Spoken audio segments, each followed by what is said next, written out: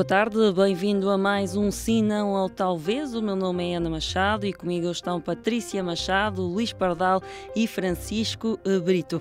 Ontem foi apresentado o Anuário dos Municípios Portugueses 2023 e Évora é uma das autarquias com passivo mais alto e menor equilíbrio orçamental. Ora, muitos são os dados que se podem tirar deste anuário. A DNFM tirou alguns e vamos precisamente falar deles. Começamos com o Luís Pardal. Luís Pardal, boa tarde, bem-vindo. Já houve tempo para olhar para estes dados, Luís? Olá, viva, muito boa tarde a todos. Aqui hoje guiados por uma nova colega. Obrigado aos colegas de painel, aos nossos ouvintes. Este é um assunto complexo, é um assunto que de facto veio a público ontem, não é? Portanto, ontem à meia da tarde, e de facto este anuário é um documento importante, digamos que transparece aquilo que é a saúde financeira de todas as autarquias do nosso país.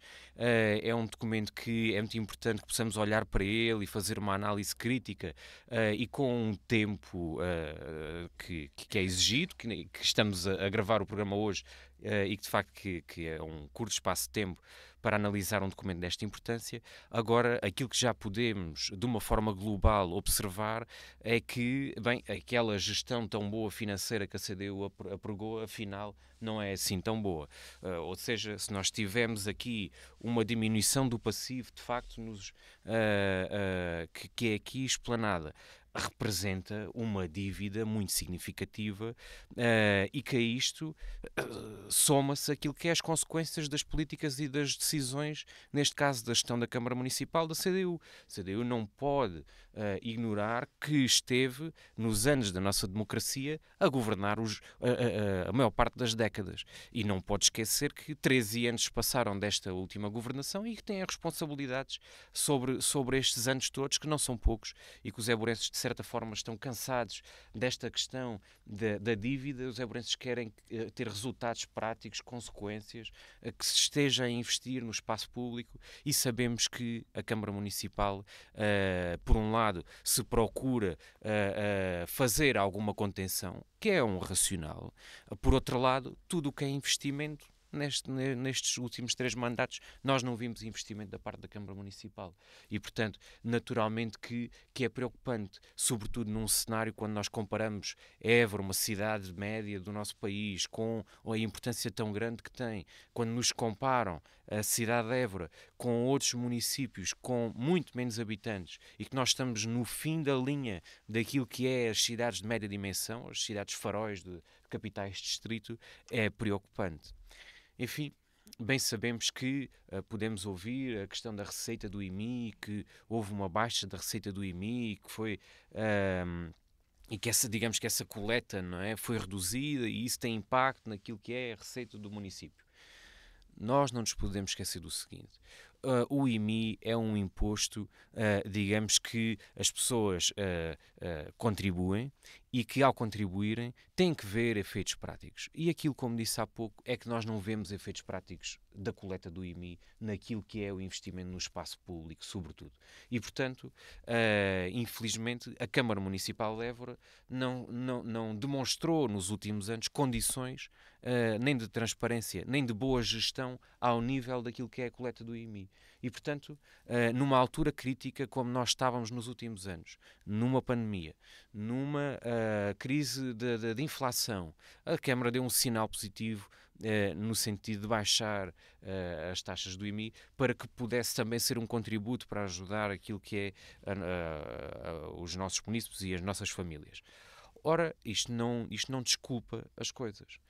E quando nós vemos neste anuário que a receita brutal que nós temos, que a Câmara Municipal tem, vinda das taxas, das multas e de outras cobranças, de outras penalidades, quando nós falamos em 2 milhões, que é uma principal receita, são as taxas, as multas, então bem sabemos e bem podemos concluir que temos uma Câmara Municipal que penaliza os évorenses, que penaliza, que multa, que está a jusante quando deveria estar a montante, bastante a antecipar os problemas. E, portanto, este é um ponto que eu encontro aqui preocupante e que, enfim, que nos diz que é fundamental nós pensarmos numa reorganização daquilo que é as escolhas políticas da Câmara Municipal e da reestruturação que é precisa, sobretudo, por um lado, quer em termos de capacidade, digamos, de produção, de produtividade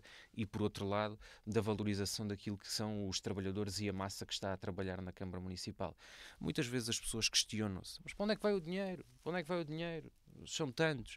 E, portanto, a gestão da CDU tem vindo a agravar esta perspectiva que é preocupante e que não podemos estar na cauda de outras cidades no país. Nós tivemos outros municípios que também tiveram PAEL na altura, não é? Que posso falar disso depois, mas que tiveram PAEL e que hoje em dia conseguiram, através de políticas e de decisões tomadas, inverter, a certa medida, aquilo que foi a consequência de crises que nós passámos no passado. E tivemos a Câmara Municipal da CDU que não teve essa capacidade. E, portanto, se nós, por um lado, como estava a dizer há pouco, precisamos de um equilíbrio orçamental, não podemos deixar de investir. As estradas que nós tivemos é um exemplo disso. Bem sabemos, não há fundos comunitários para as estradas. Bem, não nos podemos esquecer disto. Se nós não investimos, então aquilo que são as perdas diárias, o aumento do passivo, tudo isto aumenta. E temos tido uma Évora estagnada e é esta estagnação que não pode continuar.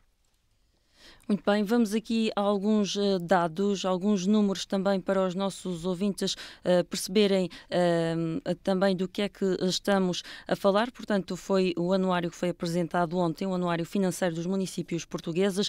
Ora, no ano passado, segundo o documento, a autarquia de Évora registrou um passivo exigível de cerca de 60 milhões de euros. Ora, quando falo em passivo exigível, é da dívida que deve ser paga dentro de determinado prazo. Ainda assim, este valor é o mais baixo desde 2013, ano que teve um passivo de cerca de 85 milhões de euros. Na comparação entre 2022 e 2023, este valor diminuiu 3,7%. Em relação ao equilíbrio orçamental, de acordo com o anuário, Évora foi das autarquias cujo saldo corrente, deduzido das amortizações médias de empréstimo de médio e longo prazo, embora positivo, esteve muito próximo de zero. Este palavreado sei que pode ser um bocado complicado, mas tem que ser assim, não há outra maneira. A lista de municípios com menor equilíbrio orçamental inclui essencialmente autarquias de pequena dimensão, mas Évora foi uma das exceções, juntamente com Ponta Delgada. Francisco, o que é que se pode dizer destes números? A que se deve, na tua opinião, a estes números? Muito boa tarde a todos, boa tarde aos colegas de painel, boa tarde à Ana e bem-vinda também aqui a este nosso programa. Obrigada. E boa tarde aos nossos ouvintes, naturalmente. Dizer que efetivamente esses dados são dados muito importantes, podem parecer complexos para os nossos ouvintes, mas resumem-se com uma ideia que é bastante simples. Portanto, tudo se deve a uma falta de investimento estruturante na Câmara de Évora. E isto porquê? Porque a Câmara de Évora, ou por uma questão ideológica, ou por alguma falta de capacidade e de visão estratégica, limitou o desenvolvimento da nossa cidade, ou condicionou esse desenvolvimento, levando a uma estagnação, e fazendo com que as despesas municipais não fossem assentes, ou o dinheiro não fosse gasto para trazer-nos mais serviços e ainda mais dinheiro. Portanto, foi uma opção de gastar, ir pagando despesas do ponto de vista das despesas correntes para ir fazendo face a problemas imediatos. E dou um exemplo claro disto. Portanto, e as pessoas conhecem bem a nossa rede viária. Portanto, a nossa rede viária precisa de um investimento imediato na ordem dos 20 milhões de euros, portanto é aquilo que está neste momento apontado, e a Câmara de Évora decidiu fazer uma primeira intervenção na variante sul de Évora, portanto a chamada variante do Parque Industrial, com a repavimentação que obviamente era necessária. E disse em reunião de Câmara que iria fazer isto com verbas próprias. Isto foi logo criticado na altura, porque realmente quando houve possibilidade de haver candidaturas a fundos europeus para estes fins não foram feitas. Isso teve um contexto, naturalmente, e depois mais tarde também não arranjou outra forma de fazer isto, a não ser gastar dinheiro das contas, o que prova aqui também logo uma falta de estratégia. Portanto, se precisamos fazer esta intervenção e se vamos ter fundos próprios, depois sabemos que também não vamos ter fundos próprios para as restantes, portanto há já aqui um problema de gestão, quer dizer que alguma coisa aqui vai ficar por resolver.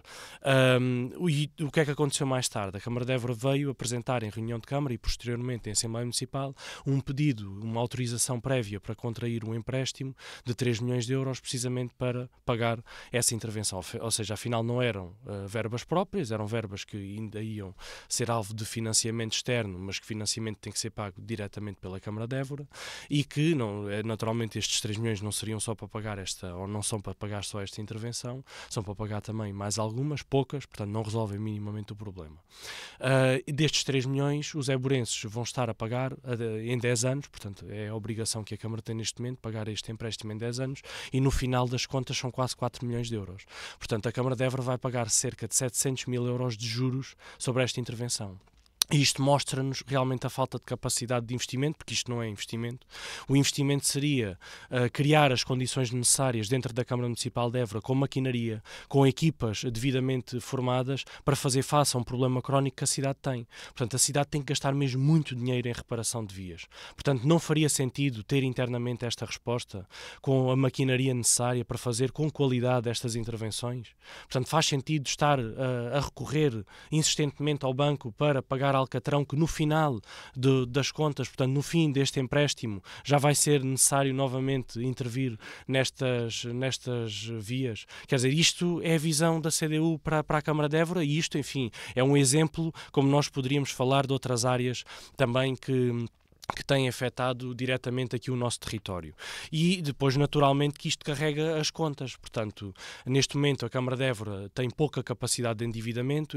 Essa capacidade de endividamento deveria ser usada para ir buscar fundos europeus, portanto, para pagar a contrapartida nacional quando é necessário e conseguir assim alavancar também outro tipo de investimentos para o nosso concelho.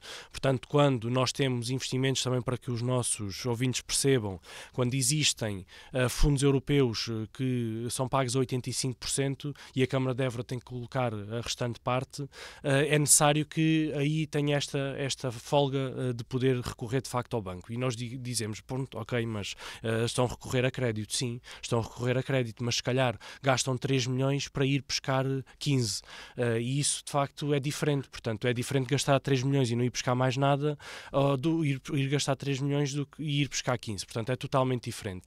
E aqui também deveria haver uma resposta estratégica. Existem fundos europeus para muitas respostas que a Câmara Municipal devia ter, nomeadamente em relação à inovação e à capacitação de acolhimento de empresas. E nós sabemos bem que Évora precisa de uma maior instalação de empresas, portanto o Sr. Presidente da Câmara fala muito nestas empresas que têm vindo para cá, como se realmente a Câmara tivesse feito alguma coisa para que elas viessem instalar, como se não fossem essas empresas de facto a procurar a Câmara de Évora para se conseguirem instalar.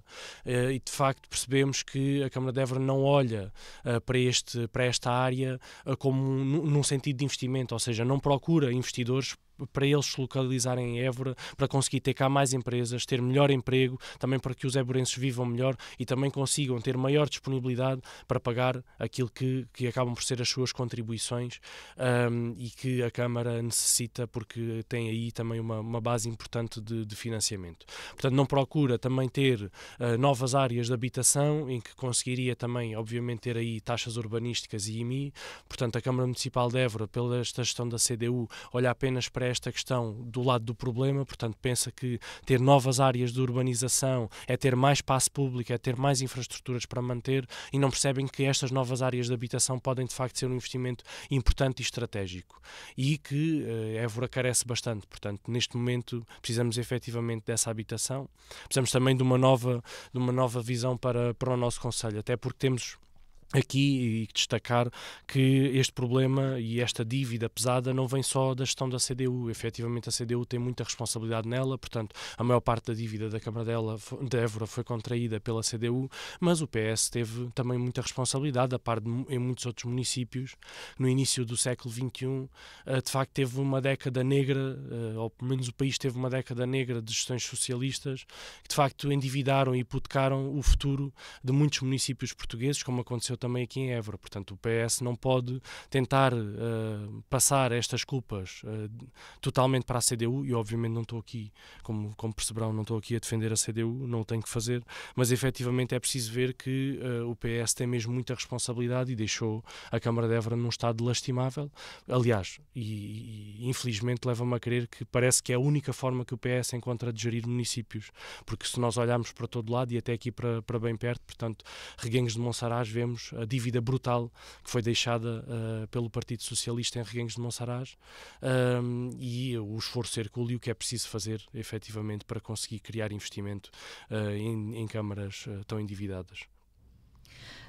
Patrícia, aqui a gestão, o Francisco falava então da gestão da CDU, mas também a falar aqui da gestão do PS, e este anuário é desde 2013 até agora.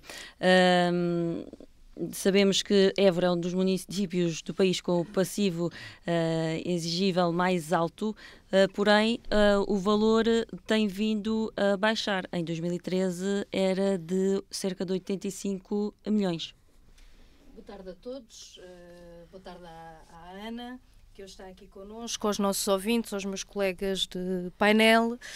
Eu compreendo que, para qualquer um de nós, tendo sido um estudo anunciado e divulgado ontem à tarde, seja mais complexo, até porque é um estudo naturalmente que exige e carece alguma articulação, verificação daquilo que são as evoluções, verificação entre aquilo que também são cada uma das rúbricas dos vários municípios, a leitura atenta e cuidada e rigorosa sobre cada um deles, e portanto eu entendo que quer o Luís, quer o Francisco, procurem aqui não ir ao que está no estudo, porque qualquer um de nós não teve, naturalmente, condições de um aprofundamento, se calhar que o estudo exigiria, para podermos aqui debruçar e debater com profundidade estes dados, e queiram, mais uma vez, tentar aqui, a partir de, diria assim, talvez o termo mais que me assola rapidamente, é alguma demagogia, procurar sacudir aquilo que são elementos reais, retirar aquilo que de facto é uma evolução, como tu disseste bem, Ana, que muitos deles se remontam, não são todos, mas remontam à evolução desde 2013, e procurar mais uma vez vir com esta ideia que tantas vezes repetida, naturalmente, o que procura é criar uma ideia e uma percepção que não corresponde à vida e à realidade, que é que não há investimento no Concelho de Évora, que não há evolução no Concelho de Évora, que não há de facto um esforço muito justamente reconhecido de equilíbrio das contas públicas, do desastre financeiro que o PS deixou a Câmara de Évora, e com as consequências práticas e duradouras que esse desequilíbrio gera. Mas eu acho que voltando a dizer que não vou dar aqui a ideia e a pretensão que analisei o estudo ao pormenor, porque não o fiz, não tive condições de o fazer, mas há uma ideia que se sobressai naquele estudo, é que naturalmente com essa, a partir de alguns desses números, que não são todos, mas reportam a 2013, confirma, por um lado, a recuperação económica e financeira do município de Évora, portanto eu acho que isso ali está claro das contas do município, confirma o peso significativo dos custos que a Câmara, que o município suporta anualmente para pagar o saneamento financeiro, isso também fica ali bem claro, e confirma a evolução positiva, tu agora deste um desses dados, que até de um ano para o outro se verifica redução nos casos dos elementos menos positivos, e também dos casos mais positivos. É bom recordar também que nós estamos a falar de 308 municípios. E no caso, por exemplo, do que estavas a colocar do maior valor de passivo exigível, a Câmara está em 15º lugar, portanto em 308 municípios está em 15º lugar, com maior valor de passivo exigível, portanto os tais 60 milhões, portanto sendo um número que deve merecer preocupação. Portanto, está em 15º lugar, na página 240, para quem quiser ver. Mas também esse indicador em si mesmo não pode ser olhado de forma isolada.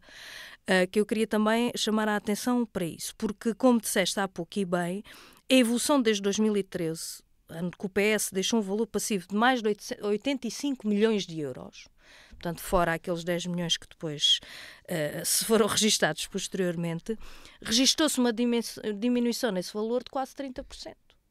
E, portanto, isto é, de facto, um esforço muito grande e que permite, ao longo dos últimos anos, essa recuperação, fazer o tal investimento que os meus colegas podem dizer e repetir as vezes que quiserem que não existe, mas que existe. O Francisco falou aqui da variante, portanto, esta coisa do termo incessantemente... Não é investimento? Criar condições de vida, de mobilidade à população e a quem circula não é investimento? Mas pronto, ainda bem que isto fica registado, que é as respostas das necessidades não é investimento. A criação de postos de trabalho, naturalmente, para alguns efeitos a Câmara tem toda a responsabilidade, naquilo que é menos positivo, para aquilo que é a atração, a fixação, não tem responsabilidade nenhuma, segundo também a opinião.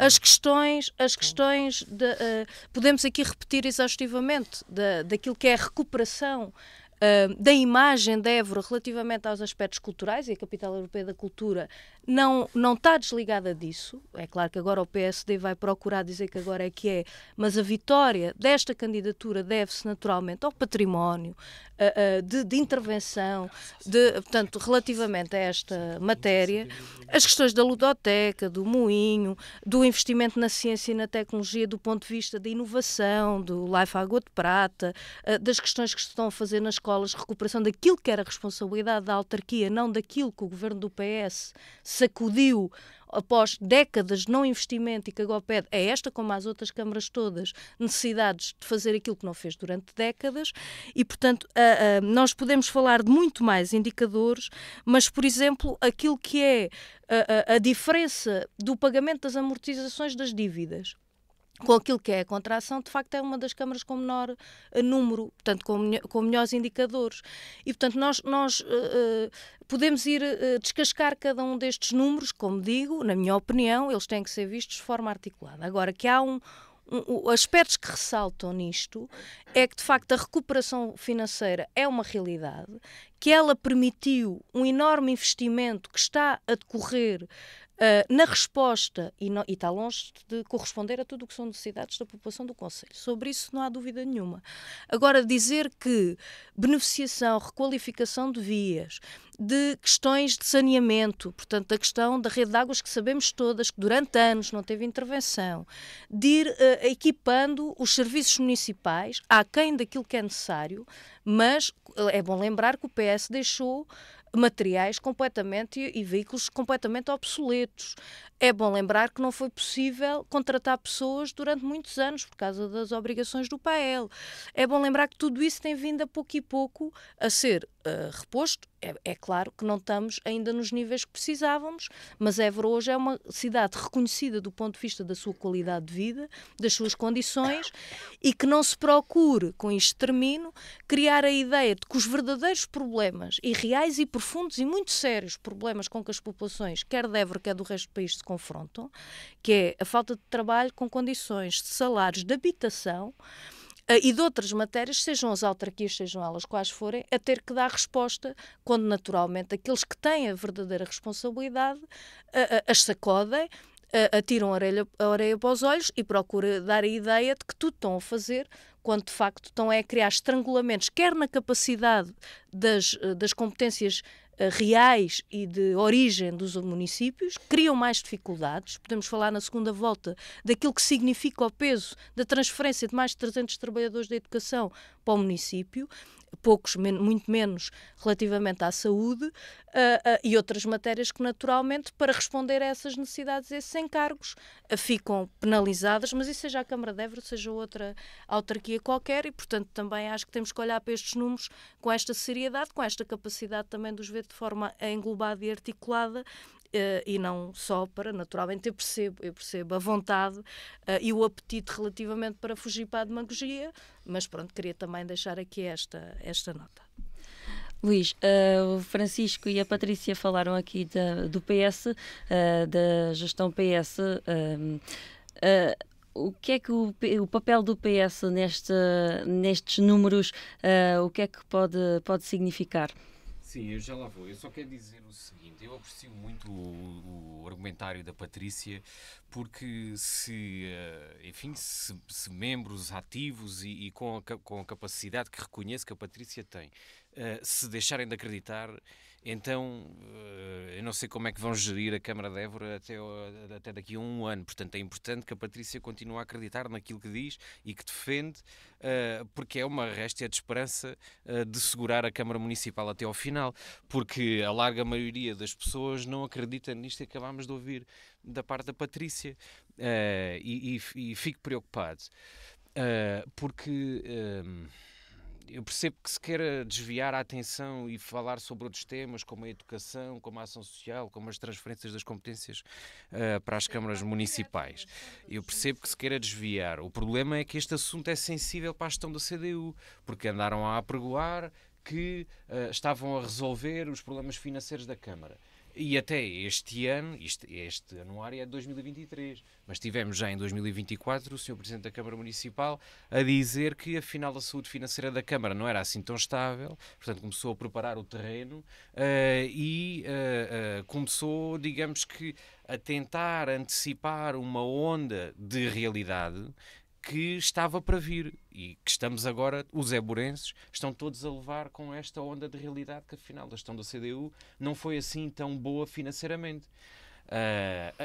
Nós não nos podemos esquecer disto. Em 2014 há um relatório, que é o relatório de revisão às demonstrações financeiras do município de Évora, que foi feito pela Sociedade Rosária, Graça e Associados, portanto é a empresa que acompanha as contas da Câmara Municipal, o ROC, e que diz o seguinte, é que em 2013 a dívida era de 74 milhões de euros. Não é? Agora, não nos podemos esquecer o seguinte, é que quando o PS entrou na Câmara Municipal em 2001, era de 14,6 milhões de contos, que são 73 milhões de euros. Nós não podemos ignorar isto.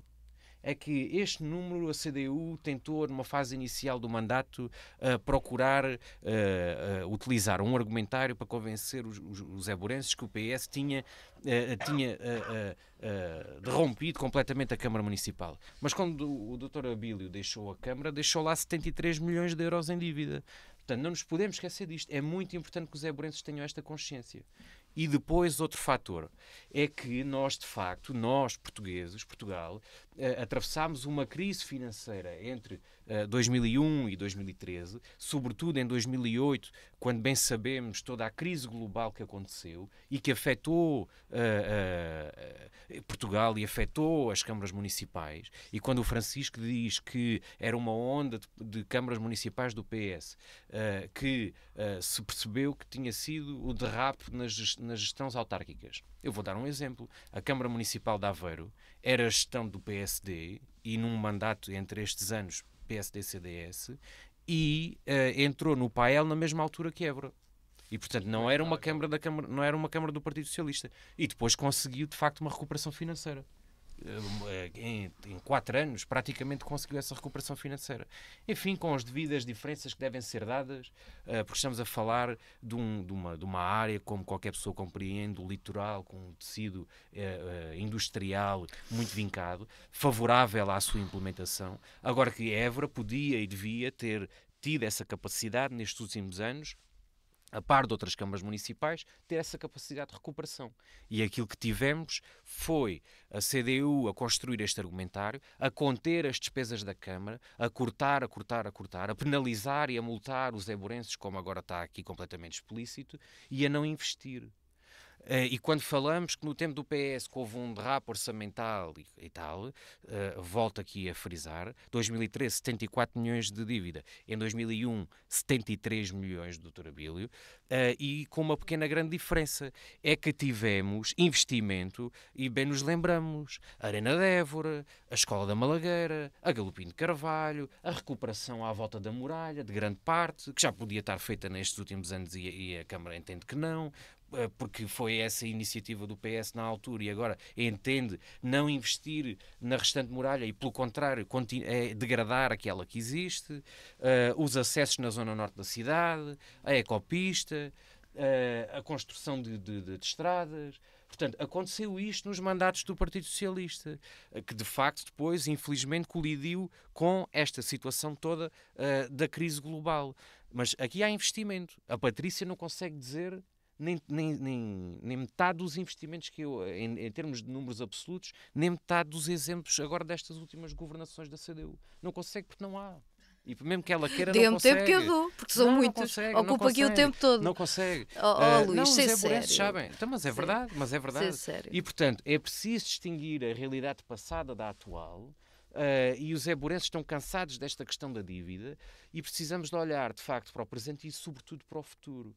Porque não nos podemos esquecer que, de facto, a Câmara de Évora encontra-se numa situação de um grande desnorte e que será muito complexo. E, independentemente de quem será eleito para gerir a Câmara de Évora daqui a um ano, é uma situação absolutamente complexa e que exige, por um lado, um grande trabalho que os partidos devem fazer e já estão a fazer, com certeza. Enfim, é um trabalho inacabado, como sabemos, não é? De todas as partes. Mas que é preciso, quem gerir no futuro a Câmara de Évora, terá que ter a capacidade de olhar para toda esta estrutura e fazer uma reorganização grande, no sentido positivo. Portanto, quando nós mudamos, quando nós reorganizamos, não é necessariamente para pior. Pelo contrário. Aliás, sente-se por um lado que os trabalhadores da Câmara querem essa mudança, querem essa reorganização, porque precisam e sabem que poderiam dar mais se tivessem os serviços mais organizados, e por outro lado, uma alteração estratégica daquilo que é a gestão política que nós temos atualmente. Sente-se essa necessidade de mudança.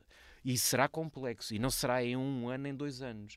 Mas é preciso um executivo e uma transparência na gestão da Câmara que dê essa segurança. E eu tenho esperança, estou muito confiante, mas temos que não ignorar esta questão que foi um veneno que foi produzido ao longo destes anos por parte da CDU e que agora está numa má altura, mas que está agora a ser provado por quem o despoltou. Outros dados deste anuário, que também já foram aqui falados entre as várias intervenções. A Câmara de Évora foi um dos municípios que teve a maior diminuição na coleta do imposto municipal sobre imóveis em 2023, com menos cerca de 292 mil euros, mas este município está entre os que têm maior receita de taxas, multas e outras penalidades cobradas o ano passado, arrecadando o valor total de cerca de 2 milhões de euros. Francisco, o que é que isto quer dizer? Bem, à partida quer dizer, e é preciso também perceber que este anuário olha objetivamente para todos os municípios, seja de pequena, grande ou média dimensão. Isto pode-nos também ter aqui, trazer indicadores que são positivos para nós conseguirmos ter uma gestão mais eficaz, mas também há aqui indicadores um pouco perigosos. E esse indicador, especificamente desta coleta, acho que é de facto um indicador perigoso. Quando nós estamos a falar de um município de média dimensão e que no interior do país, que não tem grande capacidade de atração de investimento, para além, daquilo que é o óbvio do desenvolvimento do país e aquilo que é facilmente comparável com outros. Nós percebemos que é um município que efetivamente consegue ter uma grande receita fiscal. Isso é preocupante, porque se calhar aí também está a resposta para o facto de não conseguir que as pessoas fiquem cá a viver e que escolham Évora para ser a sua cidade. E eu não sei se isso não estará também ligado um pouco com esta visão da Patrícia, até porque assim a Patrícia faz aqui um exercício de alta criatividade, portanto coloca Évora a par de outros municípios do nosso país. Enfim, para que falar de Oeiras ou de Cascais, quando para a Patrícia Évora é de facto o município português que consegue atrair investimento e fazer as pessoas felizes. Enfim, devia ser, mas é de facto preocupante quando se olham para pequenas obras, pequenas obras, porque não são mais do que isso, e se faz disso o grande exemplo de gestão de 3 mandatos.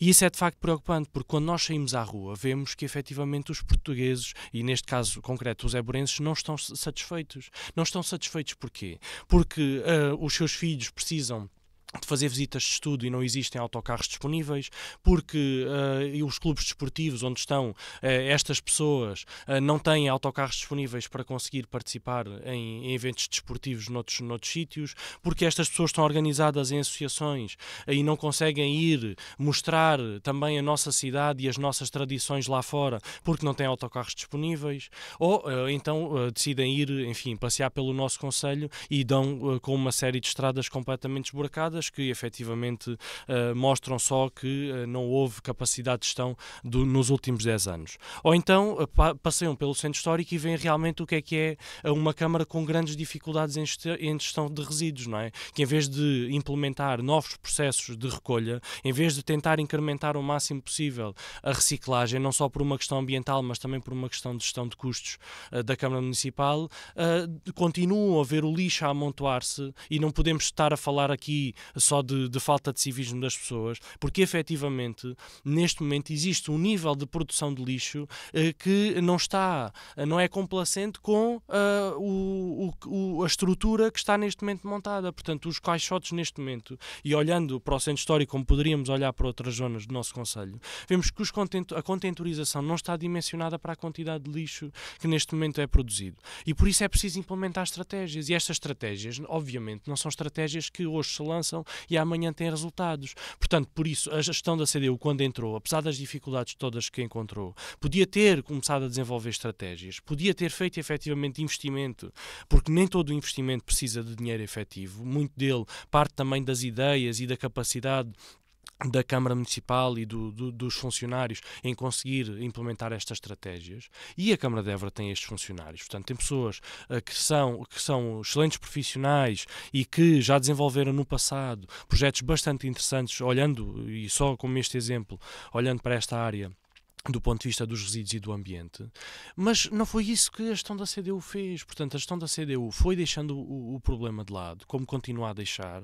Portanto, agora chegou um ponto até de culpabilização das pessoas, portanto, que isto, enfim, que é mesmo bater no fundo, em vez de, efetivamente, olhar para o problema com humildade e perceber que, em vez de tentarem esgrimir argumentos que fizeram o maior investimento de todos os tempos e que tornaram Évora uma cidade super apetecível, que toda a gente sabe que isso não é verdade, podiam ser humildes e dizer, sim senhor, temos problemas de capacidade política e estratégica, ajudem-nos. E a oposição tem ajudado. A oposição tem feito propostas, umas melhores do que outras, naturalmente. Umas a CDU concordará, outras não. Algumas até concorda e inclui nos programas eleitorais, mas depois não aplica. Por exemplo, o Évora Invest, que foi uma proposta do PSD, que é precisamente uma agência para atrair investimento para Évora e para gerir, e paralelamente conseguir ter uma estrutura para gerir o parque industrial. Ou seja, para isto ser apelativo, para que as pessoas, nesta capital distrito, efetivamente queiram implementar os seus negócios. Porque temos um posicionamento estratégico neste eixo Lisboa-Madrid. Vamos ter a ferrovia que estará quase pronta. Poderíamos ter uma plataforma logística que a Câmara de Évora não conseguiu desenvolver os esforços necessários para a justificar do ponto de vista económico e financeiro.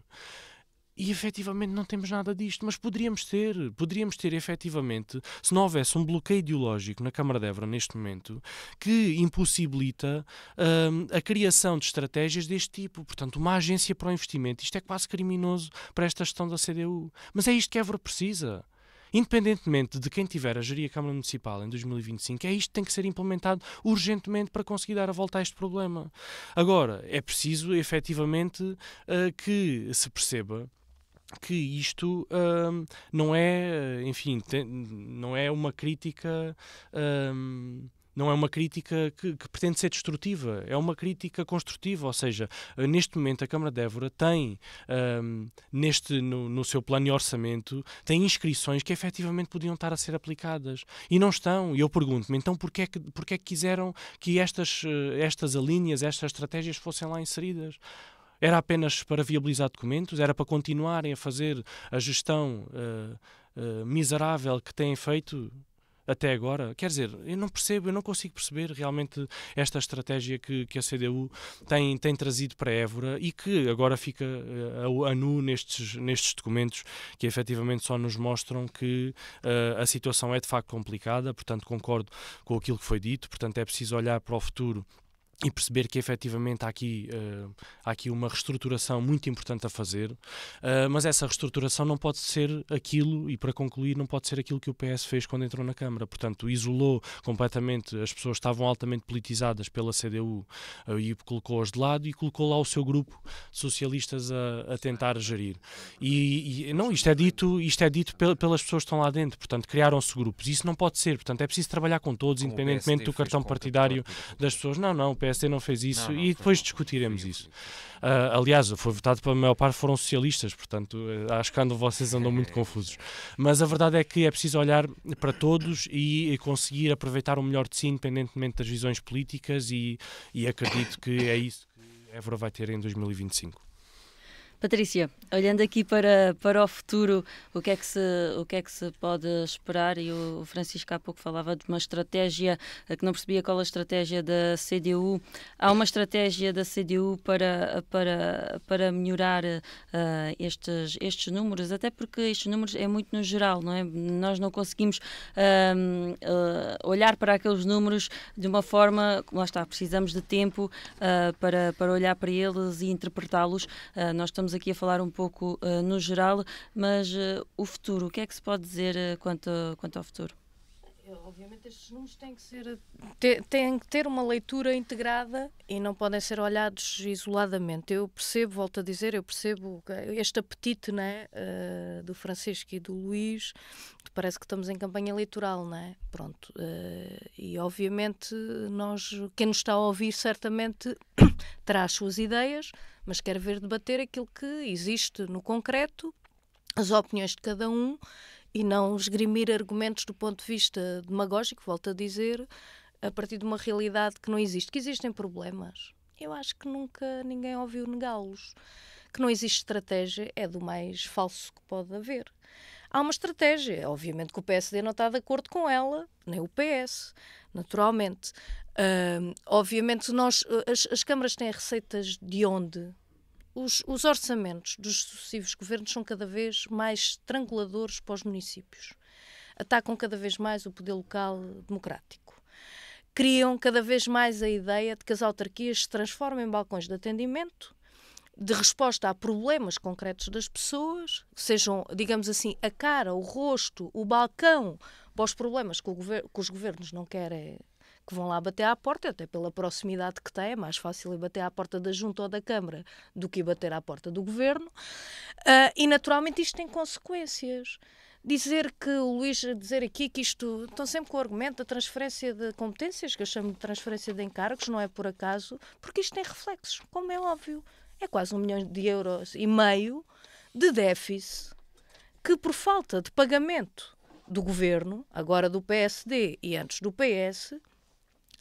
Tanto que esta Câmara, a Câmara de Évora, está só falando daquilo que é, para bom entendedor, a Câmara paga 14 meses àqueles funcionários, como é óbvio, 300 e qualquer coisa funcionários, e o Governo só transfere 12 meses. É disto que estamos a falar. Portanto,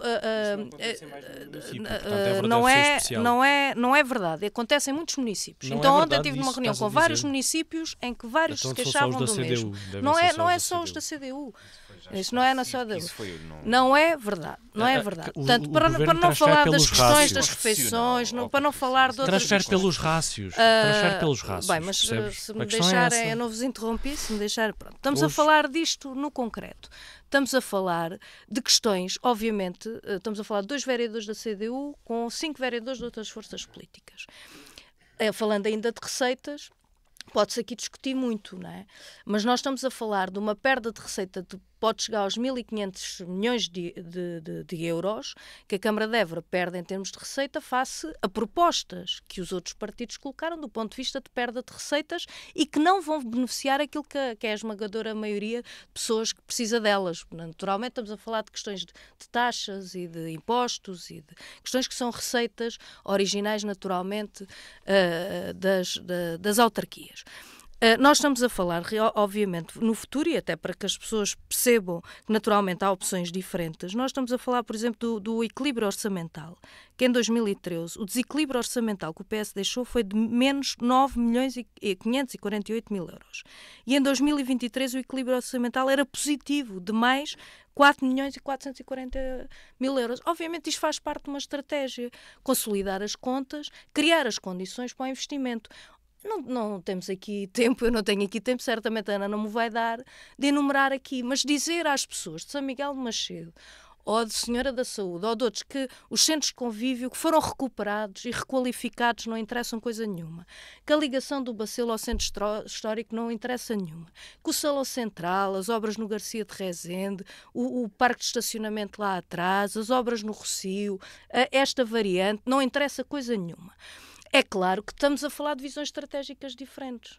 Obviamente, para alguns, as grandes obras, as grandes coisas ao olho, portanto, como as arenas e outras, é que são aquilo que responde às necessidades das pessoas. Estamos a falar de uma estratégia em que põe em primeiro lugar, naturalmente, as necessidades primeiras daquilo que beneficia as condições de vida, desde logo quem cá vive e trabalha. Porque a gente também sabe os efeitos do desvirtuamento disto. Se está tudo feito... Acho que nunca ouviram nem a CDU nem a minha aqui dizer que está tudo perfeito, longe disso. Que há necessidades, naturalmente, de um trabalho em conjunto a pensar nas pessoas e não dos efeitos políticos, aliás, como se tem visto, do PSD e do PS, no Conselho de Évora. Aliás, a Capital Europeia da Cultura é um bom exemplo disso. O que é que se põe em primeiro lugar? Se é os interesses partidários, com outros objetivos e fins políticos, naturalmente eleitorais, e não o interesse comum do Conselho e do Desenvolvimento. E essa estratégia é importante, de facto, mostrar as diferenças, porque não são iguais de todos. E, portanto, eu acho que Évora tem um caminho de recuperação, de restabelecimento de imagem, de confiança, de pôr no mapa do ponto de vista da cultura, da atratividade, do investimento, que está longe de conseguir, aliás, nunca há um fim de linha, naturalmente, estamos sempre a evoluir, está longe ainda de corresponder àquilo que são todas as necessidades. É bom lembrar também que as condições políticas da gestão da Câmara não são aquelas que permitem à CDU desenvolver toda a sua estratégia, porque têm sido impostas, condicionadas e criadas condições que não a facilitam também um conjunto de elementos que naturalmente estaria noutro estado se tivéssemos outra capacidade do ponto de vista de peso. Pronto, mas isto não temos nem tempo, nem é o tema daqui colocar a fundo, né? Mas obviamente para quem nos está a ouvir nem tem a obrigação, né? Nem conhecimento, obviamente, de tudo o que se passa ali e de quais são as propostas de uns e quais são os reflexos que isso tem depois naquilo que depois os mesmos vêm para aqui dizer que não se faz, que não há investimento. Pronto, quando depois chega a hora, naturalmente criam, porque sem dinheiro não se faz investimento.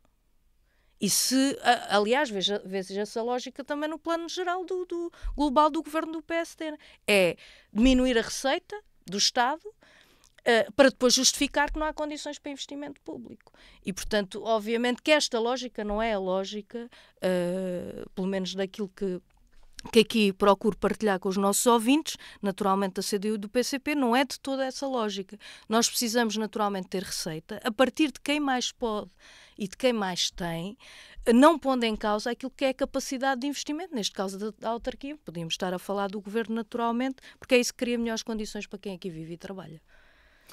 Muito bem, passamos assim para o segundo tema de hoje. O segundo tema é trazido por Luís Pardal. Luís, o que é que nos traz hoje?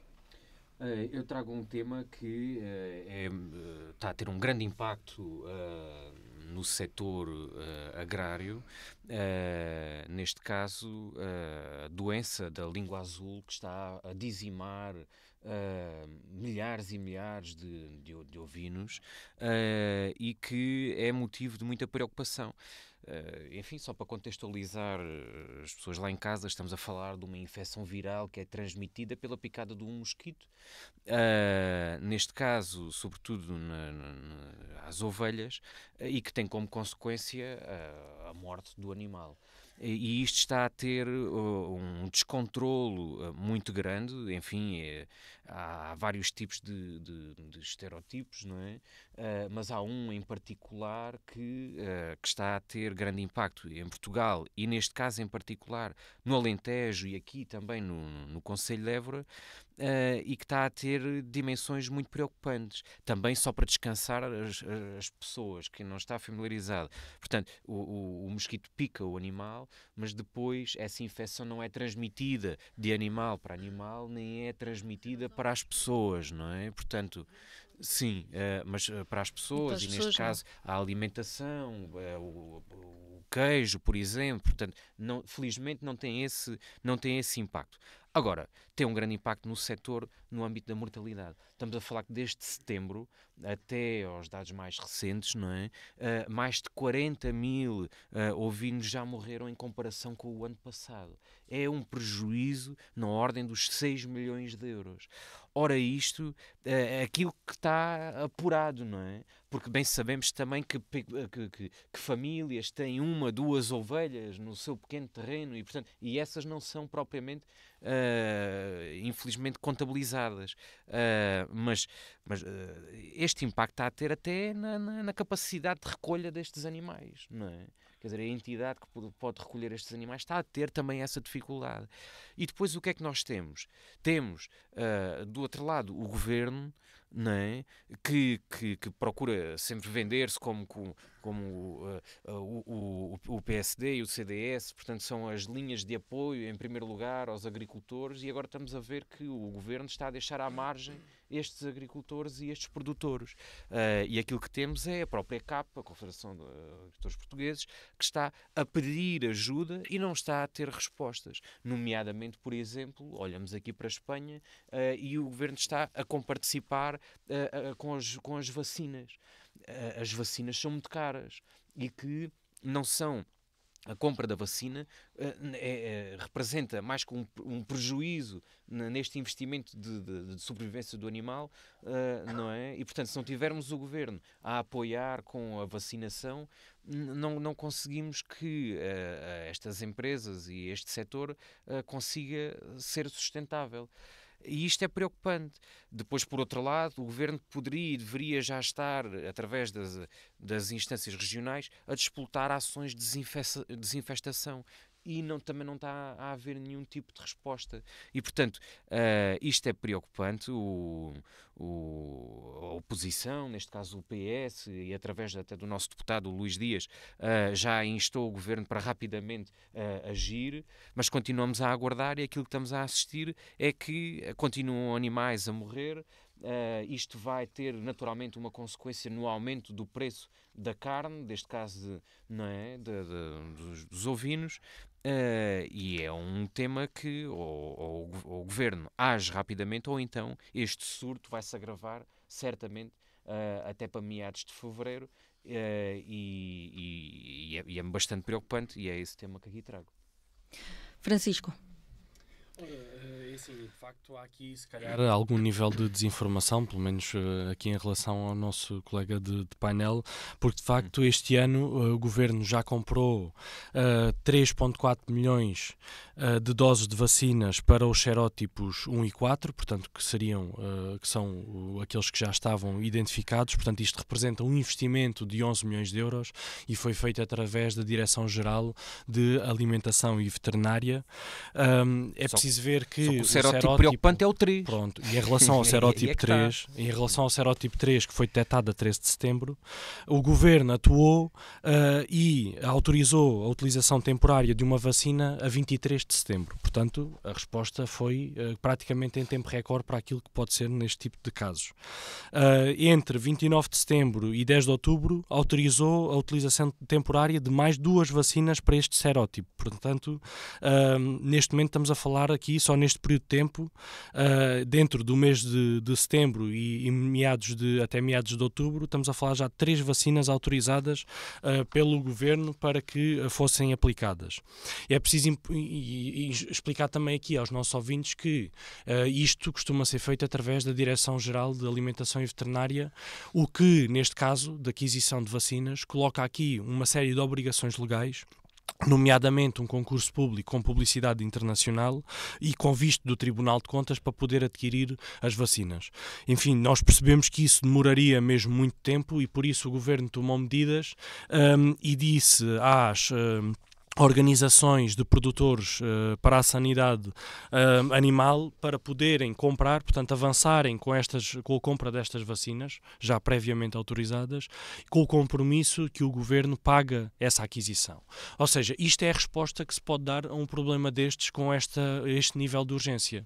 Se aquilo que está pensado na estrutura do Estado é que a aquisição de vacinas seja feita pela DGAV com concurso público internacional ou de publicidade internacional e com visto do Tribunal de Contas, nós sabemos que isso não responde a situações de emergência. Portanto, o que é que o Governo fez? O Governo atuou diretamente e arranjou uma outra forma de conseguir, no imediato, a forma mais rápida de responder a este problema. Portanto, que é dizer aos produtores, às organizações de produtores, portanto, estamos a falar de estruturas, não é individualmente ao produtor, portanto, os produtores não se têm que sentir sequer desabrigados neste tema, porque as organizações estão a ser convocadas para esta resolução também, e aquilo que lhes é dito é que vocês podem avançar rapidamente com isto, as autorizações estão dadas, vocês podem comprar e nós a seguir vamos pagar. Portanto, eu não estou a ver o que é que o PS ou o CDU ou outro partido qualquer faria de diferente neste aspecto e mais rápido, porque seria impossível. Portanto, estão a ser efetivamente tomadas medidas. Já foram aplicadas neste momento 100 mil doses de vacinas deste tipo e já se conseguiu apoiar mais 1 milhão adicional em relação àquilo que estava previsto inicialmente. Agora, é muito importante, e o Sr. Ministro da Agricultura já veio pedir, eu creio que ainda ontem saíram várias notícias também sobre este tema, e veio pedir precisamente aos produtores para notificarem o Ministério sobre as mortes por língua azul, porque neste momento a CAP fala em 40 mil animais mortos, o Ministro fala em 51 mil, portanto aqui o Ministro tem de facto uma noção muito clara daquilo que está a acontecer no terreno, e existem neste momento apenas 4 mil mortes notificadas ao Ministério. Portanto, é de facto importante que os produtores notifiquem, portanto sem esta notificação não se consegue fazer mais do que isto que está a ser feito, e está de facto a ser tudo feito, e também para resolver a questão da recolha dos animais, porque efetivamente com tantas mortes é muito difícil que o sistema funcione e há rupturas, como é óbvio. É demagógico dizer o contrário, e não cumprindo as 20 horas desde a comunicação da morte para a recolha, já houve autorização para os produtores poderem enterrar os animais, ou seja, para evitar aqui problemas de saúde pública. É preciso dizer que isto é uma resposta de emergência a uma situação urgente. Portanto, é preciso tomar medidas e essas medidas foram tomadas.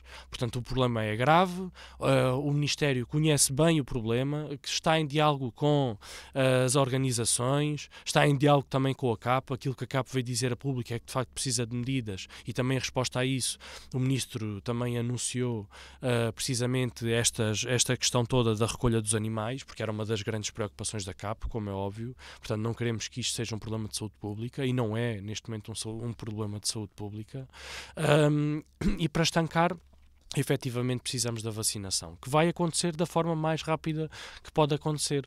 Portanto, neste momento eu entendo as preocupações que as pessoas têm, é normal que as tenham, é importante que as tenham, mas efetivamente está a haver uma resposta. Aliás, Luís Miranda, secretário-geral da Confederação dos Agricultores Portugueses, a CAP, alerta para a urgência de vacinar os rebanhos num processo conjunto com Espanha, precisamente porque Portugal ainda não tem vacina para o serotipo 3. São 3 vacinas. Patrícia, o governo aqui podia ter, pode agir de uma outra maneira? Claro que sim. Aliás, acho que o Francisco traduziu aqui a especialidade deste governo, que é a propaganda, e acho que ele o fez muito bem. De facto, o Francisco deve andar lá nas formações para a propaganda do governo. Não, porque eu até aconselho o Francisco a ir revisitar o debate na generalidade do Orçamento de Estado para ouvir as declarações do Ministro da Agricultura. Porque contraria esta lógica que o Francisco está a procurar que os nossos ouvintes tenham, que é assim que entre setembro. Aliás, quando há toda a indicação de que 2 meses antes já se conhecia isto, foi declarado efetivamente a 13 de setembro, mas 2 meses antes começou-se a detectar as primeiras mortes e a começar a generalizar-se no país. E o Ministro da Agricultura, na Assembleia da República, perante a pergunta que, nomeadamente, o PCP fez, respondeu portanto, que não havia vacinas, quando a de Gave, como diz aqui o Francisco e bem, dizia que havia. E para depois vir dizer que afinal não havia 2, havia 3. Pronto, ou seja, o desconhecimento, o desvincular daquilo que é a proximidade das preocupações que chegaram ao governo. Porque é ir falar com os produtores. Portanto, não é por falta de denúncia dos produtores. De facto, nós estamos a assistir a um triste espetáculo, eu diria assim, relativamente à recolha dos animais, com o colapso do Circa. Se não estou em erro, são 2 empresas que têm esta possibilidade de recolha dos animais. Está-se a assistir a ficarem no terreno naturalmente os cadáveres, porque os produtores não têm autorização, ou não tinham, ao dia de segunda-feira, para poderem enterrar ou para poder fazer outras coisas relativamente aos cadáveres. E de facto está o sistema a colapsar, portanto o Circa, e o Secretário de Estado vem dizer que não há aqui problema nenhum, portanto estamos em condições de dar resposta a isto. Mas é bom recordar os nossos ouvintes que isto também é consequência de opções políticas dos governos do PSD, CDS e PS, que andam de mão dadas. É bom lembrar o desmantelamento do Ministério da Agricultura e das estruturas associadas.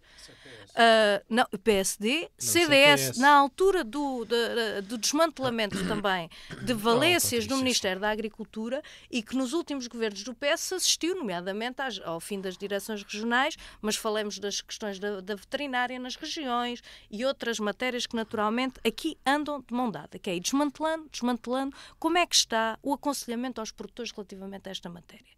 A conhecer, porque não estamos a falar só de grandes dimensões e de grandes produtores. Estamos a falar de situações de muita variedade, porque naturalmente os com mais produção, com maiores perdas, ou com menos produção, com menores perdas, porque também do ponto de vista proporcional é o que é. Mas nós, de facto, como é que está este aconselhamento? Como é que está a proximidade relativamente às estruturas e ao apoio às organizações que apoiam e que tratam com os produtores? Portanto, isto é bom colocar, porque, de facto, isso ao ser desmantelado, ao ser afastado da proximidade relativamente aos produtores e quem tem estes problemas. E depois a falta e a inércia, naturalmente, de uma resposta imediata que podia ser dada, porque a DGAV, esta Direção-Geral de Alimentação e Vacinação, penso que é assim que se chama, já tinha alertado que havia vacinas e o Ministro vem dizer no debate da Generalidade que não havia vacinas. Isto, de facto, é uma coisa que não tem explicação, a não ser não querer responder naturalmente a um problema sério com uma outra proposta, que é vamos ver como é que se reage, porque agora pode-se fazer tudo, que é a gratuitidade também neste surto relativamente a uma campanha geral de vacinação. E sobre essa resposta, pronto, portanto, são feitos anúncios, não é? Do ponto de vista prático, não há essa relação direta. Vamos então esperar por mais desenvolvimentos e vamos também ao sim, não ou talvez para terminar então o programa de hoje. Luís Pardal. Ainda falta uma pequena ronda final ainda sobre este tema, mas só para dizer o seguinte, é que, enfim, fico descansado que nas palavras do Francisco tudo está resolvido e isso é muito preocupante. Não, pois, mas temos em Espanha já resposta a ser dada já há bastante tempo. E também o Governo não teve este conhecimento só em setembro, já há mais tempo que se sabe deste estereótipo 3.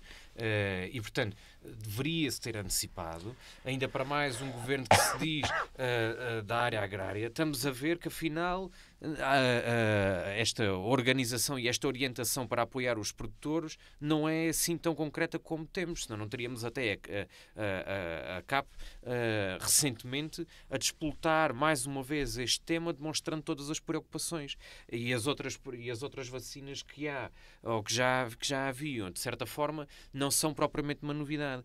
É preciso agir de uma forma específica, neste caso, para o estereótipo 3. E nós temos, entretanto, só entre Évora e Beja, mais de 300 explorações afetadas com com esta situação. Para além daqueles pequenos produtores e de pessoas que poderão ter 1 ou 2 animais, que aí, por diversas razões, ninguém lá irá chegar. E enquanto isso, vamos ter estas consequências. Portanto, de facto é urgente e foi pedida uma reunião da Comissão Parlamentar deste setor para que se possa esclarecer isto rapidamente e agir, porque já percebemos que se continuamos à espera que o Governo dê as respostas que deveria dar em tempo útil, infelizmente não é isso que podemos assistir. O meu receio é que o Governo e o Ministro, sobretudo, esteja à espera que as orientações, uma das orientações é que se nós tivermos temperaturas abaixo dos 10 graus, sobretudo durante 10 dias consecutivos, que esta situação poderá ser amenizada. Portanto, do ponto de vista, terá impacto naquilo que é a comunidade destes mosquitos. E se calhar o Governo, aquilo que está à espera é que venham dias de frio para resolver aquilo que o próprio Governo não consegue resolver e das respostas que deveria dar aos produtores. Portanto, esperemos que o clima seja mais favorável e amigo dos agricultores do que propriamente este Governo que não está a dar essa resposta, e o Francisco procura aqui transmitir que estão a ser dadas respostas, mas no terreno quem sabe e quem é produtor sabe perfeitamente que essas respostas não estão a chegar. Francisco, o Governo está à espera de mais dias de frio? Bem, já que a comunicação está aqui. O Governo não está à espera de dias de frio, claramente, mas eu vejo é que os meus colegas de painel, de facto, aquecem bastante nesta demagogia de que, efetivamente, nada está a ser feito, quando o que eu veiculei é que são questões factuais, portanto, é aquilo que está a acontecer, nas datas em que aconteceu, e que mostram claramente uma atuação... eu não queria dizer exemplar, porque acho que nós poderemos sempre fazer melhor, mas pelo menos uma atuação eficaz por parte do Governo.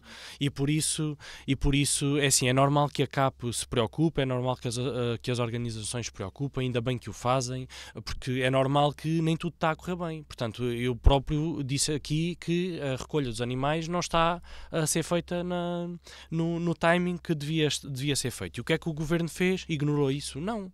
Portanto, fez um novo ajuste direto, porque não poderia fazer de outra forma, num curto espaço de tempo, fez um ajuste direto para aumentar a capacidade de recolha. E mesmo assim disse aos produtores que, e se mesmo assim a empresa não aparecer em 20 horas desde a comunicação da morte para recolher o animal, vocês podem enterrar o animal. Portanto, aqui o importante é evitar uma situação que seja prejudicial para a saúde pública. Portanto, há resposta efetivamente. Agora, também há aquilo que há sempre nestes casos, por parte da oposição, especialmente pelos partidos da esquerda, que é o aproveitamento político. Portanto, há de facto uma situação muito preocupante para alguém, então vêm logo os abutres, não é?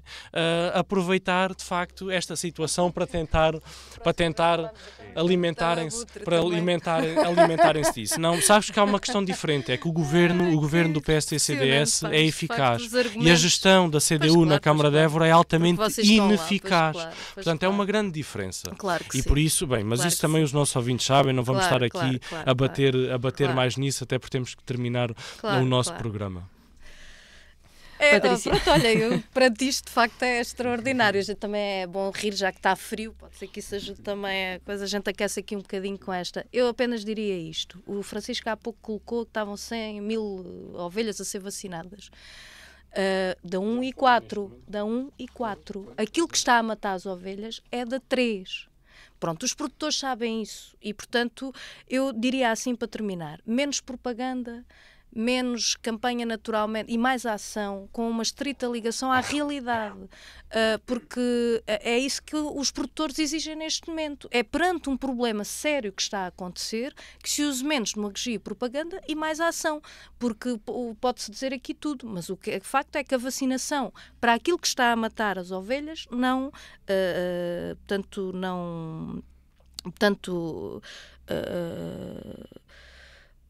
que não está a resolver naturalmente, e dessas vacinas foram compradas 3 milhões de doses, ou mais coisa, menos coisa, pronto. Mas isso o Francisco também saberá aquilo que eles anunciaram.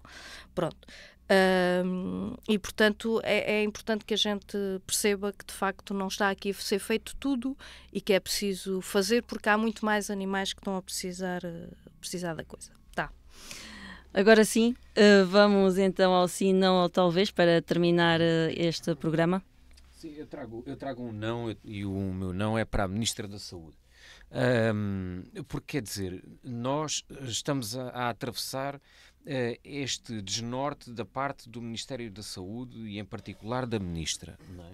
Com aquilo que tem vindo a público, e todos sabemos, com esta desorientação com o INEM e com este desinvestimento que está a acontecer na área da saúde. E depois temos, esta semana, foi anunciado pela Direção-Geral da Saúde que os livros do Boletim da Saúde Infantil e Juvenil, que eram azul e rosa, vão passar a amarelo até à aplicação. E portanto, enfim, eu também acho que este assunto do que é amarelo e é rosa e agora vai passar para amarelo, aliás, que é rosa e azul e agora vai passar para amarelo, também é desnecessário. Mas a minha observação é para a rápida resposta da Ministra, porque em menos de 24 horas a Ministra veio dizer que isso não pode acontecer, que os livros têm que ser rosa e têm que ser azuis. E, portanto, o meu não é para isto, é que a Ministra decide dar rápidas respostas para estas questões de menor importância, mas depois naquilo que é essencial não dá resposta nem ao INEM, nem àquilo que é esperado para que tenhamos um bom Serviço Nacional de Saúde.